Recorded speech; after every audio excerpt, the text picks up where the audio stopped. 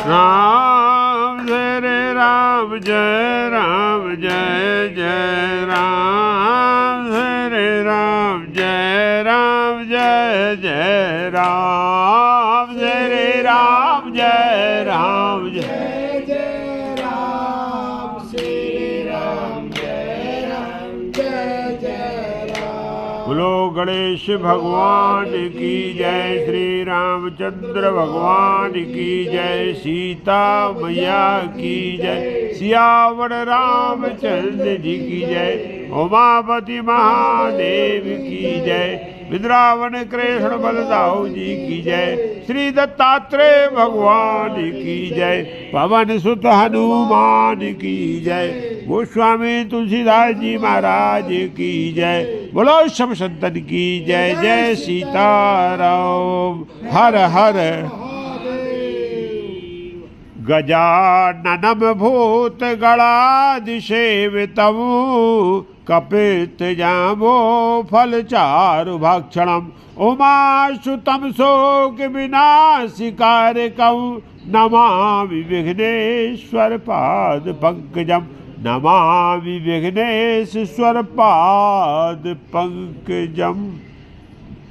नीलाम्बुजश्यामलकोमलाङ्गं सीता समारोपित भागं पाणौ महशायकचारुचापं नमामि रामं रघुवंशनाथं, नमामि रामं रघुवंशनाथं, नमामि रामं रघुवंशनाथं।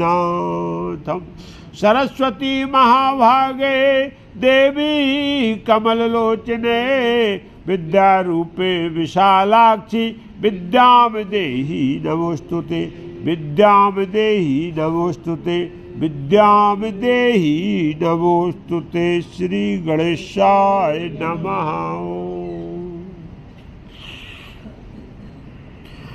तो कल हम सब भक्तों ने श्री रामचरितमानस की पावन कथा को श्रवण किया।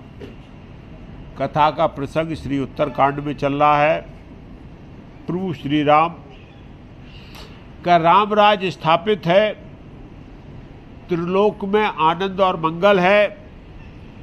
बार बार नारद जी और सनकादिक भगवान के रामराज के दर्शन करने के लिए अयोध्या में प्रकट होते हैं। कल हम सबने सुना कि नारद जी अयोध्या का दर्शन करके अपना बैराग भूल गए और बोले कि अच्छा होता कि हम भी इसी अयोध्या में प्रभु श्री राम के साथ प्रकट हुए होते और इस लीला का दिन प्रतिदिन दर्शन प्राप्त होता। नारद जी सब पूरी लीला का दर्शन करते और उस लीला का वैभव गान जाके ब्रह्मलोक में करते। सनकादिक ऋषि ये सब सुन के बड़े आनंद में होते कि भगवान के राम राज में अयोध्या में रिद्धि और सिद्धि प्रकट होके अपना चमत्कार दिखा रही। लोग वाग आनंद के साथ जीवन आनंदमय मंगलमय जीवन यापन कर रहे हैं, कहीं भी किसी बात की कमी नहीं है। ऐसा कहाँ घटित होता है? जो देवलोक में घटित होता है, जहाँ इच्छा की करते हैं देवता लोग वो चीज़ उनको क्योंकि शक्तियों के द्वारा प्रकट हो जाती है। ये भूधरा है, लेकिन यहाँ भी भगवान के राज्य में जिसको जो चाहिए वो आनंद के साथ प्राप्त हो रही। अब जब इस प्रकार का आनंद हो जाता तो इस आनंद में क्या है, भगवान को ना भूल के हम संसार में ना लग जाएं। और अयोध्या वासियों ने यही किया, संसार में नहीं लगे। वो सब आनंदमय भगवान का चिंतन करते, रात दिन भगवान का गुणगान करते, रात दिन केवल आराधन और कीर्तन किसका चलता? भगवान का। वो जीवन क्या संयम और नियम से जीते। यदि सुख संपत्ति आ जाए तो जीवन में सबसे पहला काम जो होता मानव का, वो संयम और नियम छोड़ देता है। आनंद से खाता पीता, देर तक सोता है और बोले अब हमको क्या करना, मैं तो माला माल हूँ इसलिए कुछ करना धरना नहीं, आराम से रहना। बाद में उसका परिणाम नरक होना है, क्योंकि जिससे जी रहे हो तुम वो साधन को खराब कर ले रहे। संयम नियम से आप जो जीवन यापन कर रहे, क्या ये शरीर जो साधन है इसी से आपको मुक्ति प्राप्त होना, और इसी को आपने क्या कर लिया, सत्यानाश। क्योंकि अब तो भगवान की कृपा से सब कुछ मिल गया, हाथ पैर चलाने की जरूरत है। लेकिन ऐसा नहीं, अयोध्यावासी संयम नियम के साथ जीवन जी रहे और आनंद के साथ भगवान का गुणगान करते हुए हर समय एक दूसरे से बोलते, भाई बस कुछ मत है, केवल जो है भगवान के चिंतन में लगे रहो, भगवान के आराधन कीर्तन में लगे रहो और रघुनाथ जी की जय जयकार बोलते रहो। और हम और आप भी जीवन में एक बात इसी को ध्यान कर लो, रामचरितमानस है, गोस्वामी तुलसीदास जी यही कहना चाह रहे हैं कि हम आप भी जीवन में भगवान की जय जयकार करते रहें तो हमारा भी जो है जय जयकार बनी रहेगी, आखिरकार हमारे पास भी सुख संपदा बनी रहेगी और हमारा जीवन आनंद से कटता रहेगा। इसके लिए ऐसा अयोध्या वासियों का कट रहा है। अब क्या हुआ, भगवान के प्रताप से क्या होता है, हम और आपके लिए लागू बात हो रही है रामराज की, लेकिन आज भी हम और आपको भी उसी रामराज की अपने जीवन में तो जरूरत है। संसार में जो है वो अपने अपने व्यवहार से है, लेकिन हम और आपको अपने जीवन में रामराज की जरूरत है। तो होता क्या रामराज से, वो देखो, जब ते राम प्रताप खगेसा, उदित भयो अति प्रबल दिनेसा, पूरी प्रकाश रहे तीन लोका, बहुतन सुख बहुतन मन शोका। वो स्वामी तुलसीदास जी बोलते हैं, क्या बोल रहे हैं कि जब से प्रभु श्री राम रूपी प्रताप का सूर्य उदय हो गया अयोध्या में, भगवान का जो यश की जो प्रताप है वो चारों तरफ सूर्य के समान जो है प्रकाशमान हो रहा है। जो सूर्य उदित हुआ है वो बहुत प्रचंड है, सामान्य सूर्य नहीं है। उसकी वजह से सूर्य भगवान क्या केवल पृथ्वी पे जो है अकेला प्रकाश करते हैं, लेकिन भगवान राम का जो सूर्य रूपी प्रकाश है वो त्रिलोक में उदय हो चुका है। पहले भी बताया कि आपका पाताल लोक है, भूलोक और देवलोक, तीनों जगह भगवान के इस प्रकाश का देदीप्यमान हो रहा है। वो सब देख रहे हैं और आनंद के साथ उसका क्या होगा है, नाना प्रकार के सुख प्रकट हो गए हैं। वो मन में किसी भी प्रकार का शोक नहीं रहा। ये जो है सबसे बड़ी बात क्या हुई है कि ये जो है भगवान का यही प्रभाव। अब ये कहाँ अयोध्या में प्रकट हुए, इस भूलोक पे। यदि हमारे हृदय स्थली में भी भगवान यदि प्रकट हो जाए और भगवान का जो है सूर्य यदि अंधकार समाप्त हो जाए और भगवान का सूर्य रूपी स्वरूप है वो प्रकाशमान कर दे तो हमारे हृदय का भी अंधकार खत्म हो जाए और मन में क्या हो जाए, शोक और भय क्या हो जाएगा, खत्म हो जाएगा। यही भगवान के प्राकट का, भगवान की भक्ति के चमत्कार का यही स्वरूप है। लेकिन इसमें क्या, बहुत से लोगों को तो इसमें आनंद आ जाता है और बहुत से लोगों को इसमें आनंद नहीं आता, परेशानी में हो जाते, शोक में हो जाते। क्यों?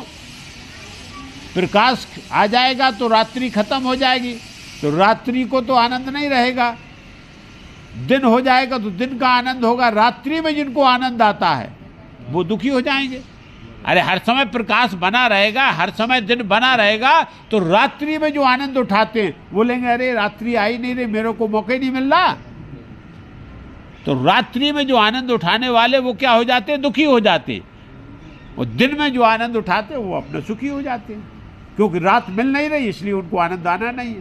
तो वो जो है गोस्वामी तुलसीदास जी ने बोला कि बहुत से लोगों को क्या हो जाता, सुख होता, बहुत से को। अब रात्रि कौन सी, किस किस को सुख होता, पहले वो बात सुन लो। अविद्या रूपी रात्रि भाग जाती है। जो अविद्या अज्ञान है, सूर्य प्रकट हो गया तो अज्ञान आपका खत्म हो जाना, ज्ञान प्रकट हो जाएगा। क्या करना चाहिए?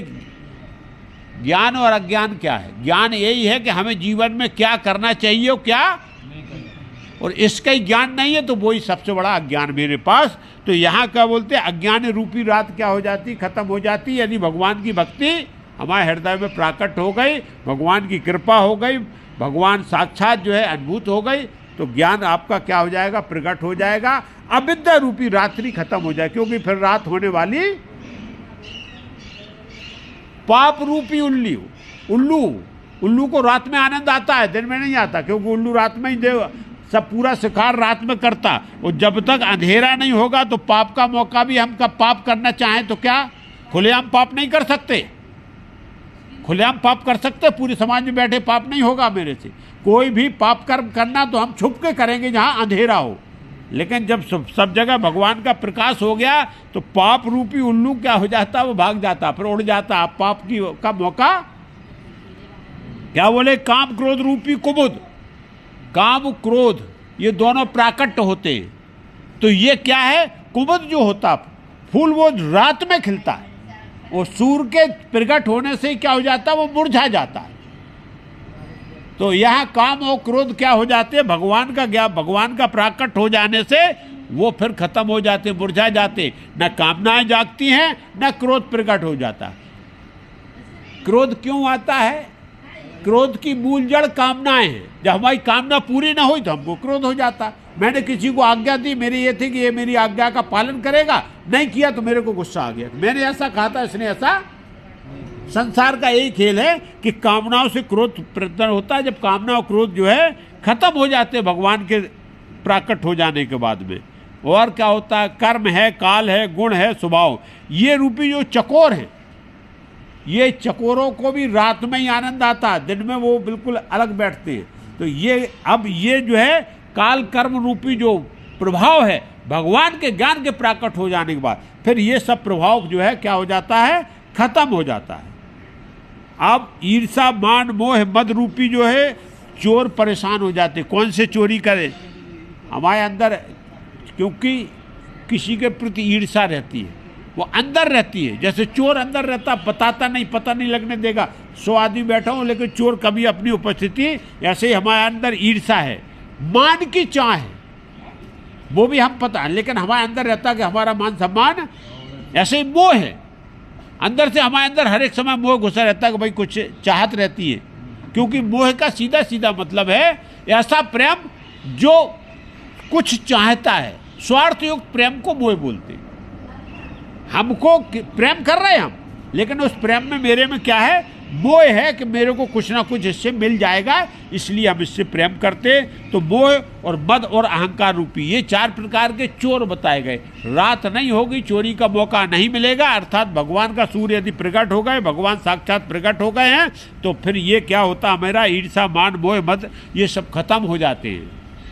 ये भगवान का प्रकट है। और भगवान का जब रामराज स्थापित हो गए, भगवान का प्रभाव जीवन में जो है प्रवेश कर गया, तो धर्म रूपी तालाब प्रकट होता है।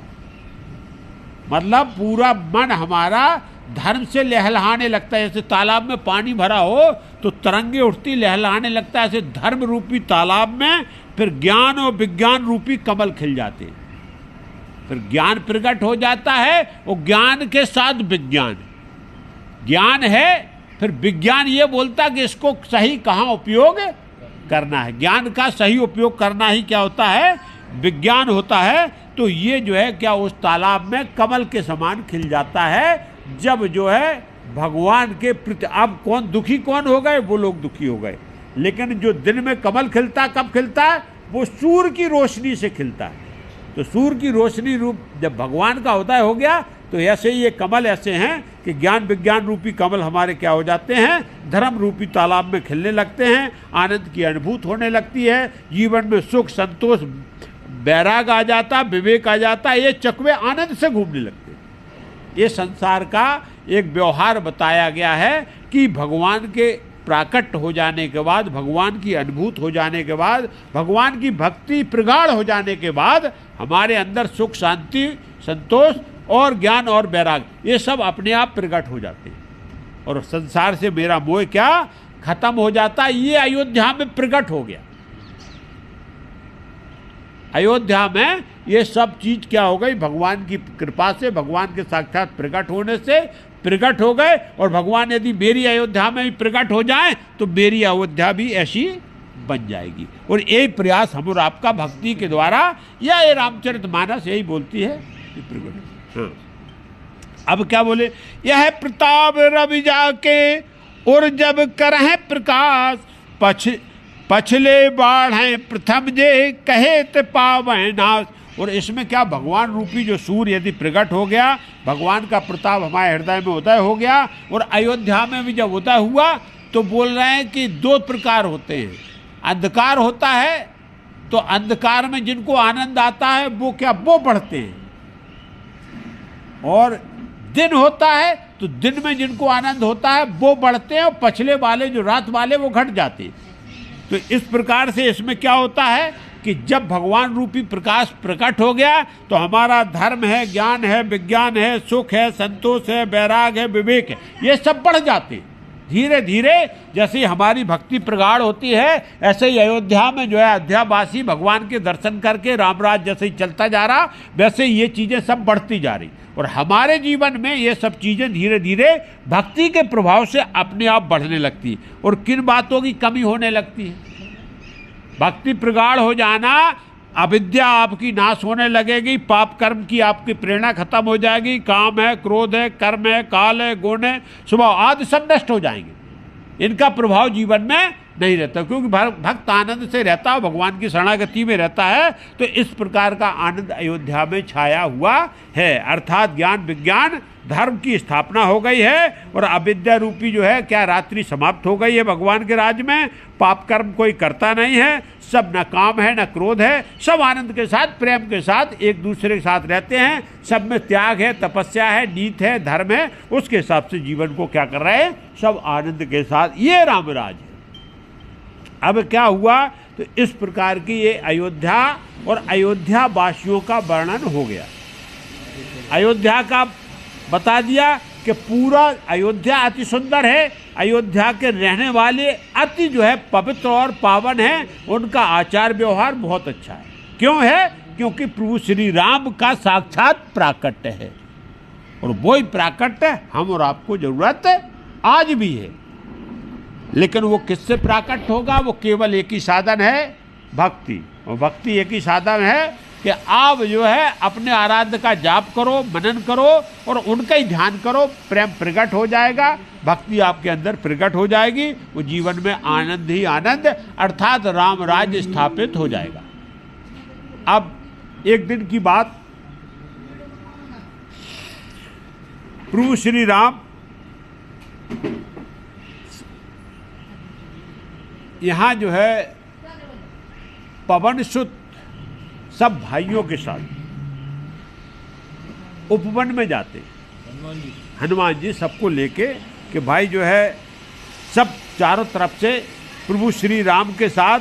तो एक दिन भगवान ने क्या किया है कि सब भाइयों को लिया और पवन सुत को साथ लिया, और जैसे अपन निकलते ना बाहर के लिए कि चलो भाई ठीक घूम के आएंगे आनंद के लिए, तो राज सत्ता छोड़ के और फिर क्या हो गया, भगवान थोड़ा सा बाग बगीचा देखने के लिए आनंद में निकले।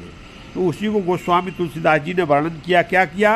भ्राता सहत राम एक बारा, संग परम प्रिय पवन कुमारा, सुंदर उपवन देखन गयू, सब तरु कुसुमुत पल्लव नयू।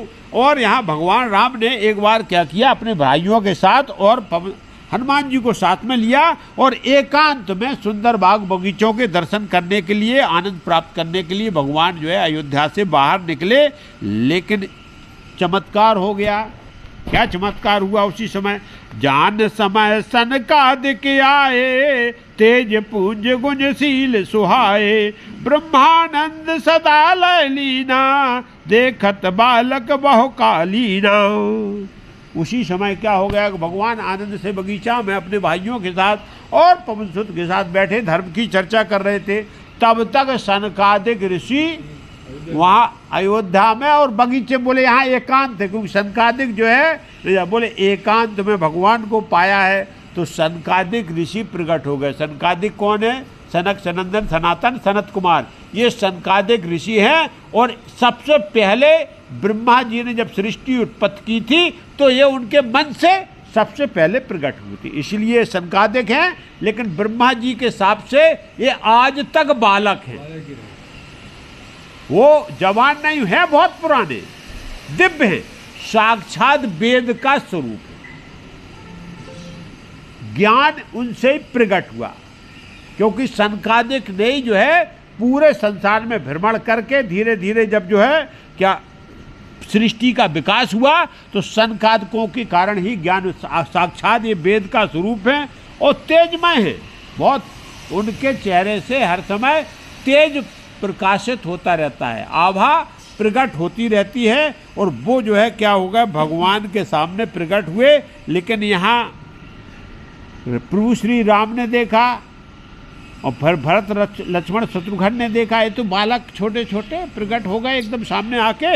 हनुमान जी बड़े प्रसन्न हो गए, कह रहे सनकादिक आ रहे हैं। तो प्रभु श्री राम तो सब जानते हैं, साक्षात वेद के स्वरूप हैं, समदर्शी हैं, भेद रहते, कोई भेद नहीं, क्योंकि लेकिन उनका एक ही चाह रहती है कि जहाँ प्रभु का चरित्र गुणगान हो रहा है वहाँ जरूर वो प्रकट होते, उस कथा में जाके प्रकट हो जाते हैं। तो वो क्या किए थे कि भूलोक पर प्रभु श्री राम की लीला चल रही है, और उस लीला का चरित्र का गुणगान जो अपने जो है अगस्त मुनि करते। तो अगस्त मुनि हर समय राम चर्चा का गुणगान, राम गुणगान करते रहते थे। तो अगस्त मुनि के पास आए वो क्या, कथा सुनने के लिए। कौन? सनकादिक ऋषि। कथा का एक ही बात है कि किससे सुना जाए और किसको सुनाया जाए। जिससे भाई यदि हमको सुनाने वाला मिलने जाए तो हम सुन लें, और सुनने वाले मिल जाए तो हम सुना दें। यही जो है चक्र चलता रहता। सन ऐसा नहीं कि वो भगवान राम की कथा नहीं जानते थे, लेकिन अगस्त मुनि के पास कथा सुनने के लिए आए। कथा सुनने से प्रभाव क्या हो गया, बोले अब हम जो है ब्रह्मलोक नहीं जाएंगे, ये कथा राम की सुनी तो हम भगवान की साक्षात लीला दर्शन करेंगे। भगवान की लीला हो रही, जैसे आप कथा सुने तो आपको तुरंत भगवान के दर्शन की लालसा प्रकट हो ही जाएगी, क्योंकि आप कथा सुनोगे उसको भाव से बोलेंगे यार भगवान के एक बार तो दर्शन हो जाए, भगवान का एक बार तो यहाँ जो है सनकादिक ऋषि सीधे क्या किए, वहाँ से वेद अपने अगस्त मुनि के आश्रम से सीधे अयोध्या में आके प्रकट हो गए। और प्रकट हो गए तो जो है प्रभु श्री राम ने देखा। अब प्रभु श्री राम का व्यवहार देखिए, क्या देख राम मुनि आवत हरस दंडवत कीन, स्वागत पूछ पीठ पट प्रभु बैठन कह दीन। भगवान राम ने देखा, अरे सनकादिक ऋषि आ रहे, संत, परम संत। तो तुरंत उठे प्रणाम करते हुए, और जो पीताम्बर भगवान जो धारण करके रखते थे वो, क्योंकि बगीचे में बैठे हैं, तो तुरंत अपना पीताम्बर डाल दिया, बोले आइए मुनिवर आइए इधर बैठिए। और दंडवत क्या किया, प्रणाम किया। भगवान राम जब प्रणाम कर रहे तो सब भाई लोग उठे, बोले अरे कौन महात्मा आ गए, तो बच्चे लोग हैं भाई, उनको नहीं क्या, बोले ये बात अलग है। लेकिन भगवान ने प्रणाम किया तो हनुमान जी से सबने उनको दंडवत प्रणाम कर रहे, और सब हाथ जोड़े, भगवान राम उनके सामने हाथ जोड़े खड़े हैं। लेकिन यहाँ भगवान और भक्त का मिलन है, हाथ जोड़े ये खड़े हैं, लेकिन जैसे ही सनकादिक आए तो उनकी हालत ही खराब है। वो देख ही नहीं रहे कि भगवान हाथ जोड़े हैं या मेरे को दंडवत कर रहे हैं या मेरे को पीताम्बर बिछा दिया है। वो प्रभु श्री राम के क्या हो गए, केवल दर्शन में बेहवल हो गए, और एक टक केवल भगवान को देखे जा रहे हैं। देखिए सब लोग देख रहे हैं भाई इनको क्या हुआ, चारों के चार हैं, चार एक ही दिशा में एक ही भगवान के केवल मुखारबिंद को देख रहे हैं। चार सनक सनंदन सनातन सनत कुमार, हाँ सनत कुमार, चार हैं। तो इसमें क्या हुआ, अब वही गोस्वामी तुलसीदास जी बोलते, क्या बोलते, श्यामल गात सरोर है लोचन, सुंदरता मंदिर भव मोचन, एक टक रहे निमिष नहीं लावहीं, प्रभु कर जो से शीश नवावहीं। क्या हुआ है कि प्रभु का एक तो बहुत ही सुंदर जो स्वरूप श्यामल गात है, श्यामला स्वरूप है, श्यामला शरीर है और कमल नयन है। भगवान की सुंदरता का वर्णन नहीं किया जा सकता है, और इस संसार के भवबंधन से क्या मुक्त कराने वाले ऐसे भगवान को एक टक पलक झपके बिगर सनकादिक ऋषि केवल देखे जा रहे हैं। और भगवान प्रभु कर जोड़े शीश, और भगवान क्या किए, हाथ जोड़ के शीश नवाए खड़े हुए।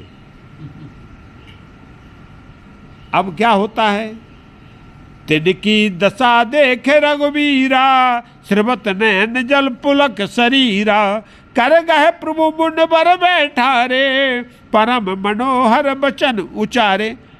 भाई भगवान तो सर्वज्ञ हैं, मुनियों की इस दशा को देखा कि ये हमारे भक्त हैं,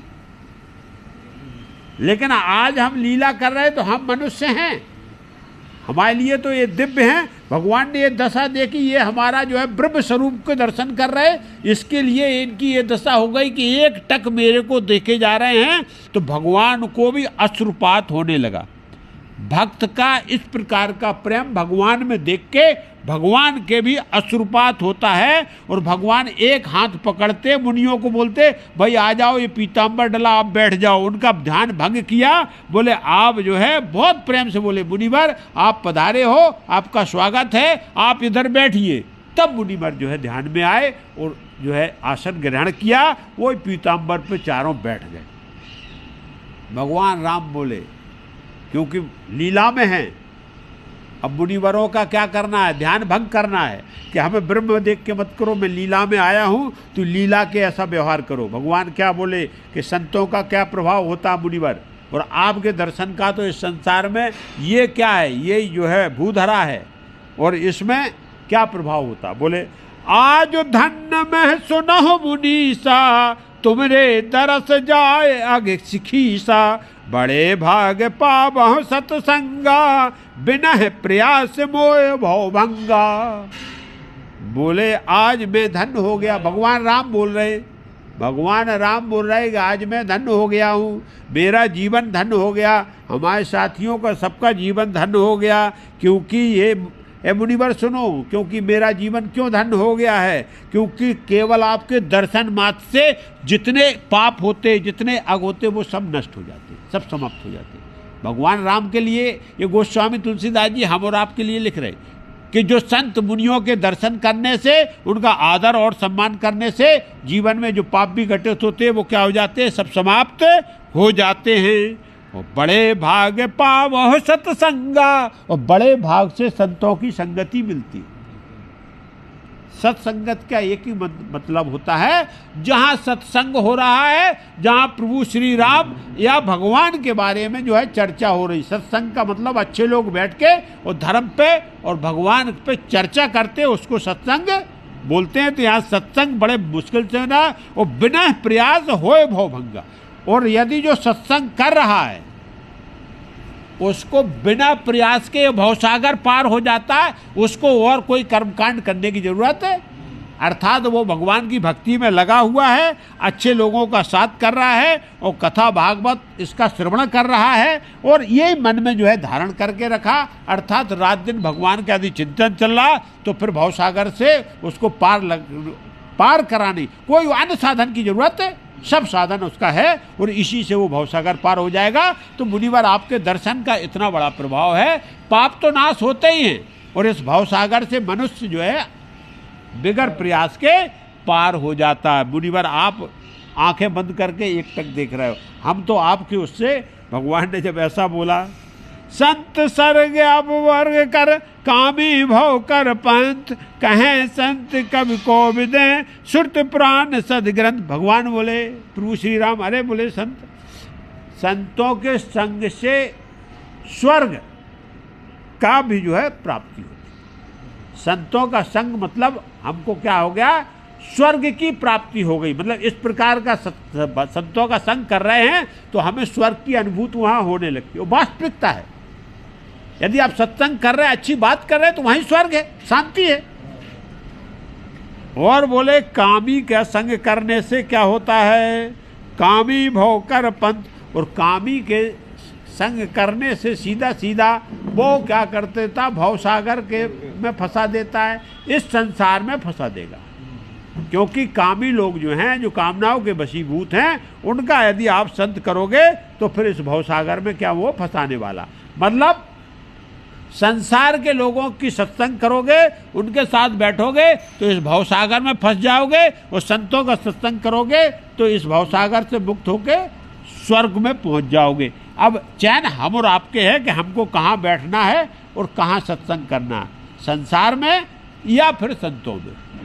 तो यहाँ ये बात बोले प्रभु श्री राम बोल रहा है कि मैं नहीं कह रहा हूँ मुनिवर, ये सभी जो है संत लोग, विज्ञानी लोग, पंडित लोग, वेद और पुराण और सभी सदग्रंथों में ये कथा आपकी आई है कि संतों का दर्शन, संतों का साथ ही जीवन से मुक्त दिला देता है। इसलिए जीवन में आप आ गए तो बोले मेरा जीवन धन्य हो गया। संत जी हाथ जोड़ के खड़े हो गए, बोले प्रभु क्या कह रहे हो, हम तो आपके दर्शन के लिए, आप मेरे को जो है, लेकिन भगवान तो लीला में हैं, तो भगवान का यही स्वभाव है कि भक्त और भगवान का जो मिलन हो उसमें जो है पहचान नहीं रखते कि कौन भगवान और कौन भक्त है। वो उसको महान बता रहे, वो उसको महान बता रहे। यहाँ जो है सनकादिक ऋषियों ने तुरंत भगवान की, बोले प्रभु हम तो आपके दर्शन के लिए आए थे और मेरी तरफ से एक प्रभु आपकी वंदना है, इस समय आप लीला में हैं तो अब मेरी वंदना स्वीकार करें। और हाथ जोड़ के जो है सनकादिक ऋषि भगवान राम की वंदना करने लगे। बड़ी सुंदर वंदना की। क्या वंदना की? सुन प्रभु बचन हरस मुनिचारी, पुलकित तन अस्तुति अनुसारी, जय भगवंत अनंत अनामय, अनग अनेक एक करुणामय। और जैसे ही भगवान के सभी सनकादिक ऋषियों ने वचन सुने, इतने प्यारे इतने सुंदर, भगवान संतों को इतना महत्व देते हैं। भाई संतों का इतना मान और सम्मान ऐसा तो कहीं देखा नहीं है। रोमांचित हो गए, पुलकित हो गए और हाथ जोड़ के वंदना करने लगे। जय भगवंत, भगवान का मतलब है जिसमें 5 महाभूत समाहित हो उसको भगवान बोलते हैं। 5 महाभूत जिसमें समाहित हैं उससे ये महाभूत प्रकट हैं, उसका नाम भगवान। बोले जय भगवान आपकी जय हो। आप अनंत हैं, अनंत का मतलब जिसका प्रारंभ और अंत पता ना हो, ऐसे प्रभु आप अनंत हैं। आप अनामय हैं, मल रहते हैं, विकार रहते हैं, आपके कोई विकार नहीं, मतलब एक भी भगवान के अंदर अवगुण नहीं होता। आप पाप रहते हैं और अनेक हैं और एक ही केवल संसार रूपी उसके लिए केवल एक करुणा नहीं, केवल पूरे संसार पे करुणा करने वाले केवल आप अकेले हैं जो स्वरूप करुणा के रूप में आप प्रकट हुए हैं। ऐसे प्रभु आपकी जय हो, आपकी जय हो। इस प्रकार से पहला जय निर्गुण जय जय गुण सागर, सुख मंदिर सुंदर यति नागर, जय इंद्रा रमन जय भूधर और अनुपम अजनादि शोभाकर। और बोले जय हो निर्गुण। क्या बोले? आप जो है निर्गुण का मतलब है जो संसार में जो त्रिगुण है, सत रज तम, इनसे जो है परे हैं, ऐसे भगवान की जय हो। और ऐसे भगवान की जय हो जो गुणों के सागर हैं, जिनमें गुण ही गुण भरे हुए हैं, ऐसे भगवान की बार बार जय करता हूँ। और सुख के मंदिर हो, मतलब सुख के भवन हो, क्योंकि आप जहाँ जाओगे, बदबू में जाएंगे बदबू आएगी और खुशबू में जाओगे तो खुशबू आने वाली। ऐसे ही भगवान जो है सुख के मंदिर हैं। यदि भगवान के पास जाओगे तो वह सुख के और कुछ दूसरी चीज़ की अनुभूति नहीं होने वाले। और सुंदर अति नागर, और बोले आप सुंदर हैं और क्या चतुर भी हैं, आप अति चतुर हैं, क्योंकि इस पूरे संसार को आप बड़े आनंद के साथ चला रहे। ये प्रभु का चमत्कार है। ऐसे भगवान की जय हो। लक्ष्मीपति भगवान की जय हो। भूधरा को धारण करने वाले भगवान की जय हो। आप अनुपम हैं, भगवान की कोई उपमा नहीं है। भगवान के बारे में ऐसा नहीं बोला जा सकता कि भगवान ऐसे, भगवान की कोई उपमा रहते हैं आप। सबसे बड़ी बात है आप अजन्मा हैं, अनादि हैं, आपका आदि अंत नहीं है और आप शोभा के धाम हैं। ऐसे भगवान की जय हो। यहाँ जो है सनकादिक ऋषियों ने भगवान की जय जयकार करते हुए नाना प्रकार से भगवान को अनेकों अनेक विशेषणों से अलंकृत किए। ज्ञान निधान अमान मान प्रद, पावन सुजस प्राण वेद बद, तज्ञ कृतज्ञ अगत्ता भंजन, नाम अनेक अनाम निरंजन। और यहाँ क्या बोले हैं?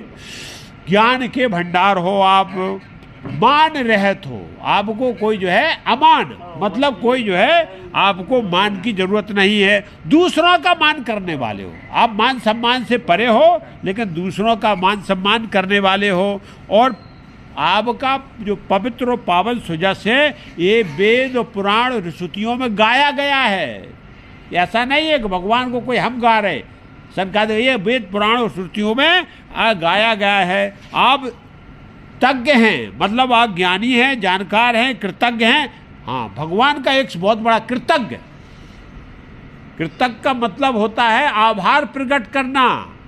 भगवान के यदि शरणागति कर लिया आपने तो भगवान उसका आभार प्रकट, बोले आप हमारी शरण में आ गए हो तो कृतज्ञता उसके बदले में जो है आभारी हो जाते हैं वो। भगवान का आप पूजन अर्चन कर रहे हो तो भगवान उसके लिए आभार व्यक्त करते हैं कि हाँ नहीं आप अच्छा काम कर रहे हो, मेरी शरण में आ गए, तो भगवान कृतज्ञ हैं। अगत्य अज्ञानता को नष्ट करने वाले हैं। भगवान की शरणागति क्या होती है? अज्ञानता का नाश करने वाले। नाम अनेक अनाम निरंजन, बोले अनेकों अनेकों नाम है, जिस नाम से भी पुकारा जाए कोई एक नाम नहीं है। और बकाया दूसरी बात क्या है कि अनाम निरंजन, आप जो है इस संसार रूपी जो संसार की माया है इससे परे हैं और आपका कोई नाम नहीं है। क्यों? जिसका नाम दिया जा सकता जो एक हो, दो हो, चार हो, संसार ही आप में है, तो इसलिए आपको कोई एक नाम से नहीं जाना जा सकता। प्रभु ऐसे भगवान को हम बार बार प्रणाम करते हैं, बार बार वंदन करते हैं। फिर बोले सर्वज्ञ सर्वगत सर्वोरालय, बसें सदा हम कहो परिपालय, द्वंद्व विपत्ति भव फंद विभंजन, हृदय बस राम काम मद गंजन। और बोले क्या बोले हैं कि आप जो है सब जगह, ऐसी कोई जगह नहीं है, सब में व्याप्त है, सर्वगत सब जगह है, सर्व में व्याप्त है और सबके हृदय में वास करने वाले। तीन चीजें बताई।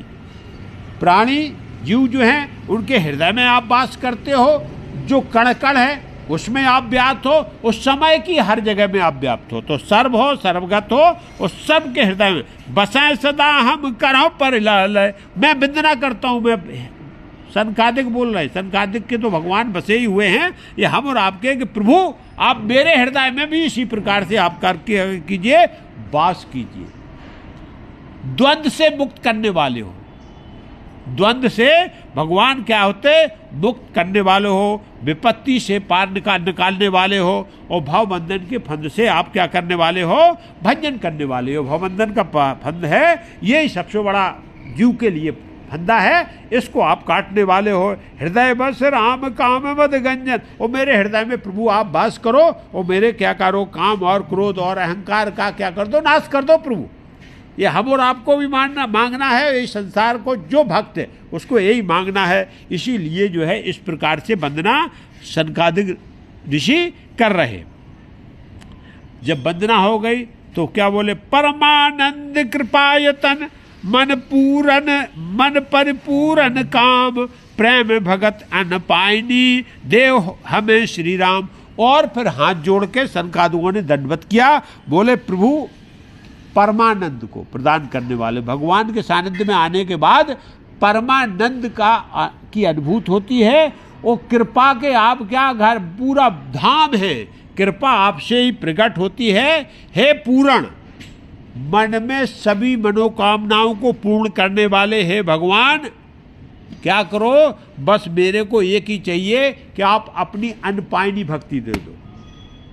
अनपायनी भक्ति कौन सी होती है? जो निष्काम भाव से की जाती है। बस केवल आपकी भक्ति, हमें चाहिए कुछ नहीं, आपकी भक्ति चाहिए। आपका चिंतन रात दिन मेरे हृदय में चलता रहे।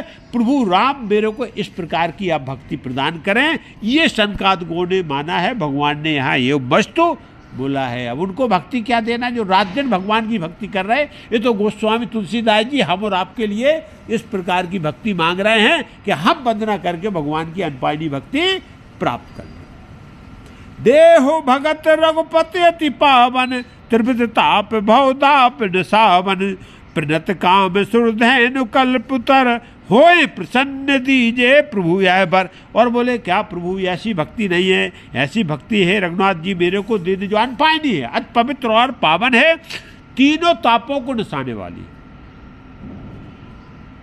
दैहिक दैविक और भौतिक भक्त हो गए, भक्ति प्रकट हो गई, तीनों तापों का नाश हो जाता है, भाव बंधन का नाश हो जाता है। इस प्रकार की प्रभु और मैं आपकी शरणागति वाले के लिए क्या है ये भक्ति?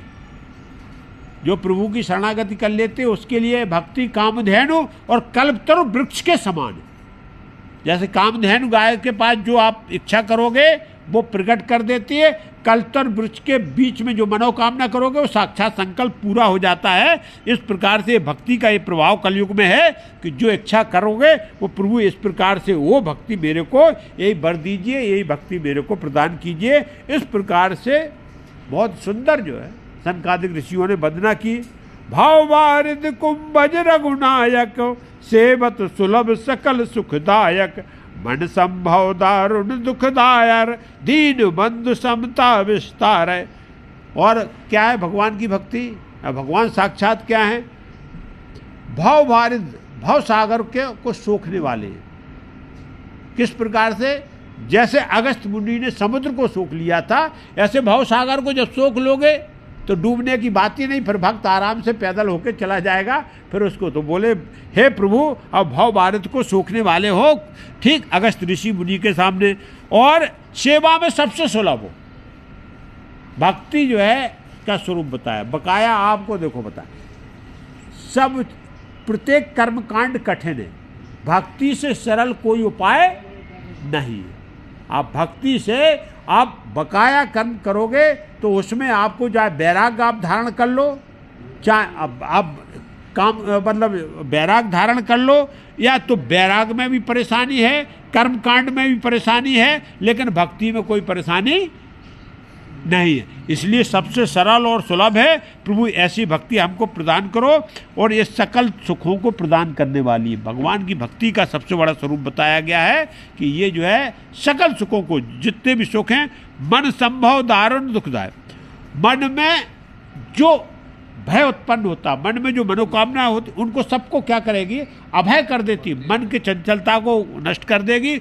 और नाना प्रकार के जो दुख होते हैं, मन रूप मानसिक रूप की दुख होते हैं, मन में उत्पन्न होने वाले सभी दुखों को नाश करने वाली भगवान की भक्ति है। दीन बंधु समता विस्तार है, और भगवान है वह दीनों के नाथ, सब पर सम व्यवहार करने वाले, समता के रूप में सम व्यवहार रहता है, ऐसा आपका विस्तार है। इसलिए हमको आप अपनी भक्ति प्रदान, इस प्रकार से संकादकों ने माना।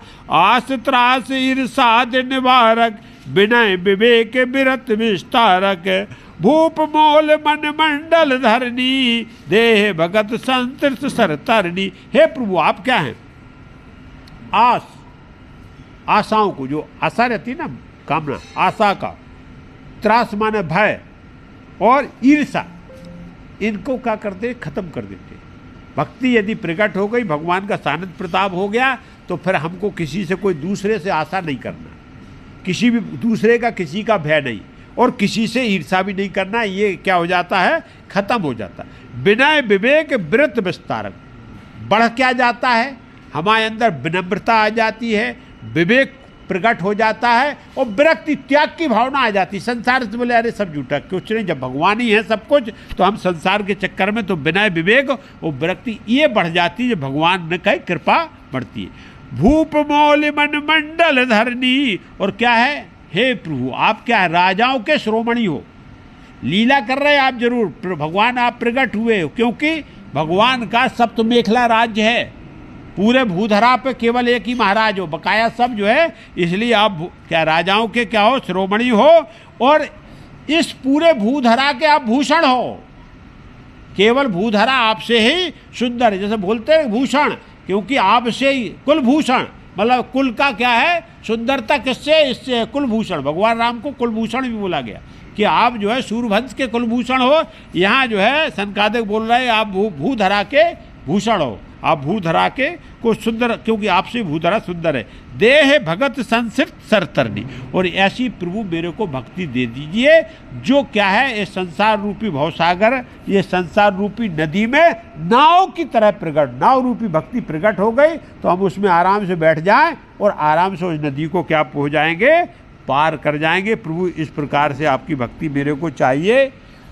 फिर क्या बोले? मुनि मन मानस हंस निरंतर, चरण कमल बंदित यज शंकर, रघुकुल केतु सेतु सुत रक्षक, काल कर्म स्वभाव गुण भक्षक। और क्या बोले? बहुत सुंदर बात बोले कि मुनियों के मानस रूपी हंस, जो मुनियों के मन मस्तिष्क में हंस के रूप में आप हर समय निरंतर विराजमान रहते, आपके चरण कमलों को हर समय भगवान और शंकर और ब्रह्मा जी हर समय बंधन करते रहते। आप रघुकुल के क्या हो? केतु हो, पताका हो, क्योंकि रघुकुल की जो ध्वजा पताका वो आपके नाम से फहरा रही है। और सेतु श्रुत रक्षक, धर्म के क्या आप क्या? रक्षक हो। धर्म के आप क्या हो? सेतु, धर्म की रक्षा करने वाले प्रभु। कर्म कर्म स्वभाव गुण, काल से, कर्म से, स्वभाव से और गुणों से जो प्रकट होते हैं नाना प्रकार के ताप, उनको सबको नष्ट करने वाले प्रभु केवल आपकी मैं बार बार वंदना करता हूँ और मेरे को आपकी भक्ति केवल चाहिए और कुछ नहीं चाहिए। तारन तरन हरन सब दूषण, तुलसीदास प्रभु त्रिभुवन भूषण। और बोले आप तो तरह तराए हो, लेकिन आपके संपर्क में जो आ जाता है, जो आपकी शरणागति में आ जाता है, उसको भी क्या कर देते आप? सब तार कर देते हो। और तुलसीदास गोस्वामी तुलसीदास जी बोलते हैं कि हे प्रभु आप हमारे हृदय के भूषण हो, क्योंकि इस त्रिभुवन के आप भूषण हो, इसलिए मेरे हृदय में आप जो है प्रभु विराजमान होके। ये गोस्वामी तुलसीदास जी निवेदन के तुलसीदास प्रभु त्रिभुवन भूषण। तुलसीदास बोलते कि आप एक के नहीं, ये जो है तीनों लोकों के आप भूषण हो, जिससे तीनों लोग दीप्तमान हो रहे हैं। आखिरकार आपकी लीला को सुन के और लीला को देख के सब आनंदित हो रहे हैं। इस प्रकार से यहाँ वंदना की। बार बार स्तुत कर प्रेम सहित सुरनाय, ब्रह्म भवन सनकाद गे अति अभीष्ट वर पाए। और यहाँ बार बार संकादिक ऋषियों ने जो है स्तुत किया। स्तुत करने के बाद में प्रेम सहित प्रभु को दंडवत किया। अब साक्षात वो ब्रह्म है, इसके लिए उनको दंडवत कर रहे हैं। और फिर जो है भक्ति का आशीर्वाद प्राप्त हुआ संकादिकों को, और इसके बाद ब्रह्मलोक के लिए संकादिक चले गए। इतना सुंदर, इतना बेहतरीन ये जो है संकादिकों ने आके वंदना किया और भगवान की भक्ति को प्राप्त किया। लेकिन ये संकादिकों के लिए नहीं है, ये हम और आपके लिए। गोस्वामी तुलसीदास जी ने ये भक्ति का स्वरूप लिखा है कि हम और आप भी इस प्रकार से भगवान की भक्ति करें, भगवान का आराधन और कीर्तन करें, तो भगवान का आशीर्वाद हमको अवश्य प्राप्त हो जाएगा। संकादिक चले गए ब्रह्मलोक के लिए। अब हनुमान जी हो गया, देखे चमत्कार, भाई लोग भी देखे, मौका बहुत अच्छा है। बोले प्रभु तो साक्षात है, तो ब्रह्म है, वो ब्रह्म की बात हो रही। तो यहाँ भरत जी, शत्रुघ्न जी और लक्ष्मण जी हनुमान जी की मुख की तरफ देख रहे हैं। तो हनुमान जी ने पूछा, बोले क्या है? बोले आज सत्संग चल रहा है, आज भगवान बहुत प्रसन्न हैं, संतों के दर्शन हो गए हैं, और ये संतों की महिमा भगवान से अच्छा कोई जानता नहीं है। तो बोले क्या चाहिए? बोले संतों के गुण भगवान के मुँह से हमको सुनना, लेकिन हम नहीं बोल सकते। हनुमान जी से बोले कि तुम सेवा को तुम बोल सकते हो, क्योंकि मेरे को बोलेंगे अज्ञानी है क्या तू नहीं जानता संतों का गुण क्या है। अरे भाई हम साथ में हैं, तो भगवान कहेंगे तुमको नहीं मालूम है। तो ये जो होता है, तो भगवान जी समझ गए कि इन लोगों में कुछ बात चल रही। तो हनुमान जी से भगवान ने बोला, बोले भाई क्या चल रहा, क्या चाहिए आपको? आखिरकार आप लोग कुछ हमें बता नहीं रहे, और कोई विचार विमर्श आपका चल रहा है, तो आखिरकार बात क्या है? हनुमान जी बोले प्रभु भरत जी कुछ पूछना चाह रहे हैं। तो बोले आप क्यों बोल रहे? भरत जी को बोलने दो ना, भरत जी क्यों नहीं पूछ रहे? अरे भरत में और हम में कोई अंतर है क्या? भरत क्यों संकोच कर रहे, और आप क्यों उनकी सिफारिश कर रहे हो? भरत में और हम में कोई अंतर नहीं हनुमान जी, तुम अच्छी तरह इस बात को जानते हो, और हम सुनना चाहते हैं कि भरत जी क्या जानना चाह रहे। अरे मैं साक्षात बैठा हूँ सामने, भरत जी बोले और बोलते तो हम बताते क्या बोले।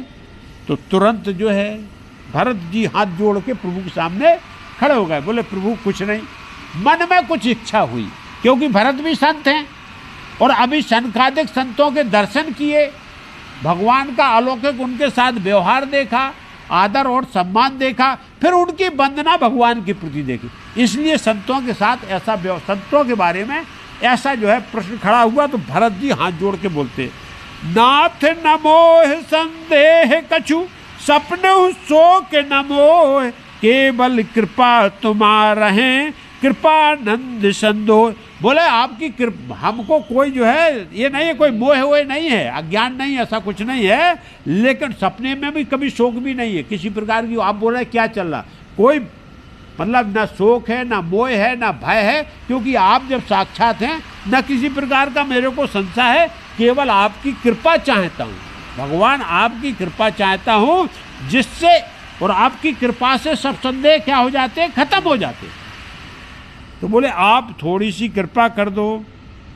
और बोले क्या? भरत जी बोले प्रभु संतों के मैं जो है गुण जानना चाहता हूँ, संतों में क्या गुण होते, क्योंकि आपसे अच्छा संतों को कोई जानता नहीं है। तो संतों का स्वभाव कैसा होता है, संत और असंतों में क्या भेद होता है, मैं ये सब जानना चाहता था। यही हम लोग बात कर रहे थे। और प्रभु की यदि कृपा हो जाए तो आपके मुखारबिंद से संत और असंत के जो है गुण प्रकट हो जाए, तो हम सब जो है आनंद में हो जाएं। संत असंत भेद मिल गाई, प्रणत पाल मोह कहो बुझाई। संतन के लक्षण सुन प्राता, अनगित श्रुति पुराण में ख्याता। और यहाँ क्या किया, भरत जी ने हाथ जोड़ा और बोले प्रभु संत और असंत इनके भेद अलग अलग हमको समझाओ, और ऐसे समझाओ मैं आपकी शरणागति में हूँ। ये प्रणत पाल सीधी सीधी बात है। यदि किसी से हमें ज्ञान प्राप्त करना है तो शरणागति बहुत जरूरी है, अर्थात उसके अंदर आपका श्रद्धा और भाव होना चाहिए, समर्पण होना चाहिए, तब वो ज्ञान प्राप्त होगा। तो बोले प्रभु मैं आपकी शरणागति में हूँ, आप संत और असंतों के भेद बताओ, और ऐसे बताओ कि मेरे को समझ में आ जाए। भगवान ने एक लाइन में बोल दिया, भगवान ने एक लाइन में बोल दिया, संतन के लक्षण सुन भ्राता, अनगित सुन पुराण। अनगित है, असंख्य है। भाई जो तुम पूछ रहे हो ये अनगित और असंख्य हैं, और इनको सबको वेद पुराण में बड़े विस्तार से गाया गया है और सुनाया गया है।